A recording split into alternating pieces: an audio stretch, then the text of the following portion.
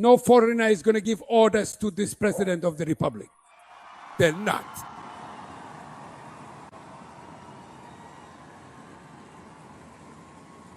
I do have a patron in this country, indeed.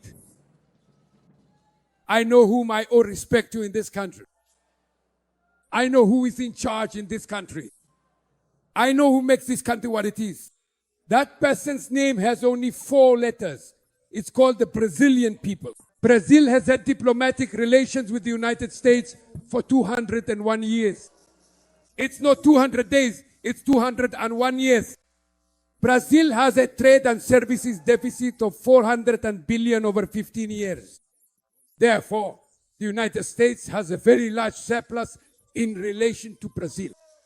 That's why we don't accept the idea of the president sending a letter via his email saying that starting on the 1st, if Bolsonaro isn't released, they're going to impose a 50% tax.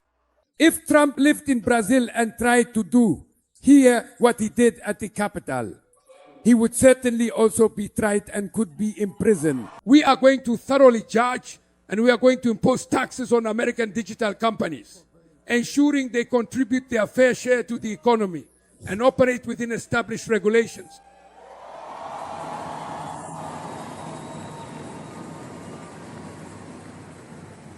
We absolutely do not accept that in the name of freedom of expression, people are allowed to use it to maliciously attack, to deliberately lie, or to intentionally cause significant harm to others. We are very calm about this. My vice president and the Minister of Foreign Affairs have been negotiating for over 2 months, ever since that first 17% tax was imposed.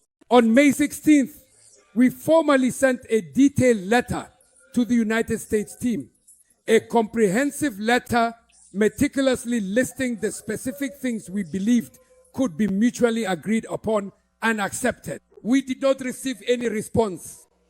The only response we got was an article published in the newspaper, in his email, on his WhatsApp, on his website, because he didn't even bother to send a letter like the one we sent to the President of the Republic. And he was summoning us. The letter does not mention negotiation. The letter is basically take it or leave it. That's the logic behind the letter. Either you release Bolsonaro. My friends, both women and men. Last week, we were caught off guard by a letter from the American president announcing a 50% tariff on Brazilian products starting August 1st. Brazil has always been open to dialogue. We held more than 10 meetings with the United States government. On May 16th, we submitted a negotiation proposal. We were expecting a response. What we received instead was an unacceptable act of blackmail in the form of threats against Brazilian institutions and with false information about trade between Brazil and the United States. We have an independent judiciary. In Brazil, we respect due legal process, the principles of presumption of innocence, adversarial proceedings, and the right to a full defense. Attempting to interfere with the Brazilian justice system is a serious affront to national sovereignty. Only a sovereign nation is capable of creating jobs, fighting inequality, ensuring health and education, promoting sustainable development, and creating the opportunities people need to improve their lives. My outrage is even greater knowing that this attack on Brazil has the support of some Brazilian politicians. They are true traitors to the nation. They bet on the idea that the worse things get, the better it is for them. They do not care about the country's economy or the harm caused to our people. My friends, defending our sovereignty also applies to the actions of foreign digital platforms operating in Brazil. To operate in our country, all companies, both domestic and foreign, are required to follow the rules. In Brazil, absolutely no one is above the law. We must protect Brazilian families from individuals and organizations that use digital networks to carry out scams and fraud, commit racist crimes, incite violence against women, and attack democracy. In addition to fueling hatred, violence, and bullying among children and adolescents, sometimes even leading to death, and discrediting vaccines, bringing back diseases that had long been eradicated. My friends, we are meeting with representatives from the productive sectors, civil society, and labor unions. This is a major joint effort that involves industry, commerce, the service sector, agriculture, and workers. We stand together in defense of Brazil, and we will do so with our heads held high, following the example of every Brazilian man and woman who wakes up early and goes out to work, take care of their family, and help Brazil grow. We will continue to invest in good diplomatic and commercial relations, not only with the United States, but with all countries around the world. My friends, the first victim in a world without rules is the truth. The allegations about unfair Brazilian trade practices are false.